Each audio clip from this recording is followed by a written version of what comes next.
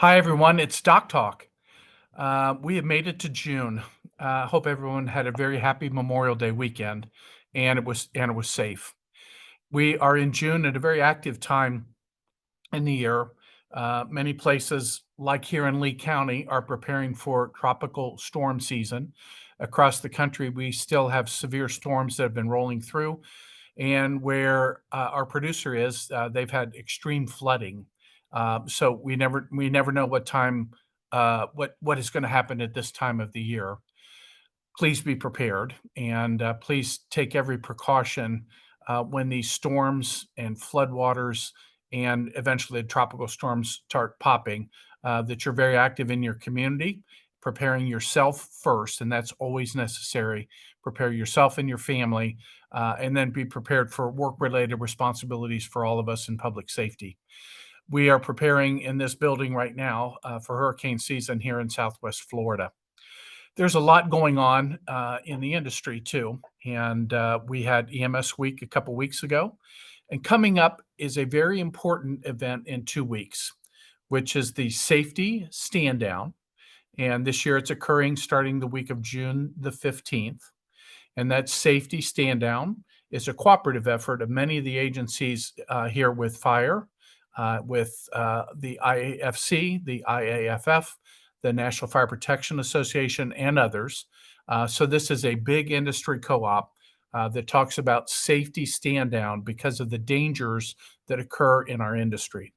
Highlighted this year, very importantly, is behavioral health and the issues of stress in the public safety community and for firefighters who that week focuses on is critically important. The theme this year is behavioral health reset, and you will see in a couple of weeks the program that relates to the initials RESET, which relate to taking care of yourself, those around you, and undergoing the necessary activities to prepare for this very stressful job that we have.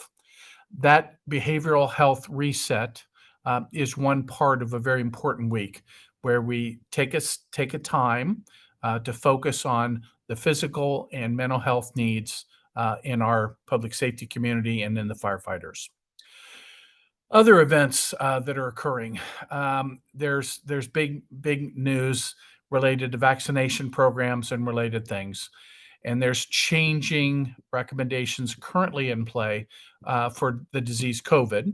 And let's just say it would be a good time for you to reset and wait for better guidance about what's going to happen with COVID vaccinations in the fall. Right now is probably not the best time to get COVID vaccinated unless you have a health condition that leaves you susceptible even in these summer months, and your physician or your other practitioner has advised you to get vaccinated. We still have very good vaccines that relate to the strains of COVID that are circulating around the planet now. A second vaccine area that is not being changed, and the recommendations are still very solid, is for that really terrible disease called RSV. Respiratory syncytial virus is the name of that bug. It has been a long-term scourge that we have known about for children. And each year, we have an outbreak of RSV, which results in a lot of little children, particularly those under the age of 2, that get very, very ill. Sometimes they have croup, and sometimes they flat out have respiratory distress related to this very, very potent respiratory virus. What has changed and why this is in the news now is we have found that seniors are now getting that infection, and seniors include people over the age of 60. And now that we have begun to test for it, we're finding it as a frequent occurrence in older people who have respiratory infections any time of the year. The other reason that it's in the headlines is there's new forms of prevention for RSV. We've talked about some of these before. There's RSV protection available for pregnant women, and in a certain window nearing the end of their pregnancy, they have the ability to get a vaccination that is safe for mom and produces antibodies that protect her, but very importantly, they're passed through the placenta to the infant who isn't even born yet, and those antibodies protect the newborn infant for some significant period of time after they're born. That's a very good immunization strategy, safe for mom, safe for baby. We have a second group of immunizations that are available for youngsters, and those are monoclonal antibody um, shots that are given to the children that protect them when they are most vulnerable to terrible infections. And those are in their first 6 to 18 months of life. When the children get those immunizations, they are protected from this disease. Some of you know that my granddaughter was very sick at 10 days of age with RSV. She spent 10 days in intensive care unit and step down, and we were afraid at all of those times that at some point she might not be with us. And so this is very personal to me in terms of seeing your grandchild who is so very ill, and they're attempting and attempting and attempting to keep her alive when at times it didn't look like she was going to do well. So this, in addition, is a significant burden across the communities to the pediatric intensive care units, and particularly amongst children who are otherwise have health concerns. And this is an additional stress that sometimes kills those children.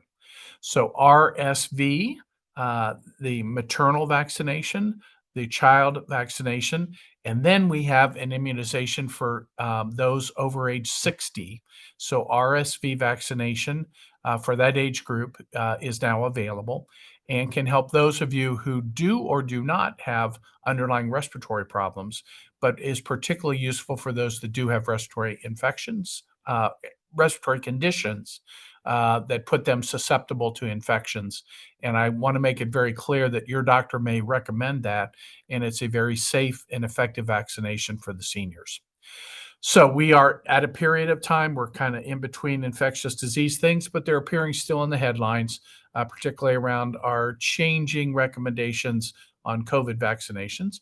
We're preparing for the flu season ahead with currently no big concerns coming out of the southern hemisphere, which oftentimes tell us what it's going to be like here in the northern hemisphere. At this point, no big concerns, but we're preparing for the flu season ahead. And you should be well in your way of planning for a wonderful summer. So it is likely that we will see those warm weather conditions coming soon. We frankly haven't really seen them yet across most of the country. Been a little bit warm, but nothing too significant.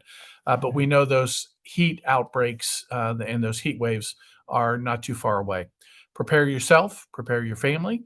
And for those of you in those weather prone states, we know we have some challenges ahead. So thank you. Have a very, very good June, and we'll be prepared for the 4th of July very soon. It's Doc Talk, middle of June. Thanks all. Take care.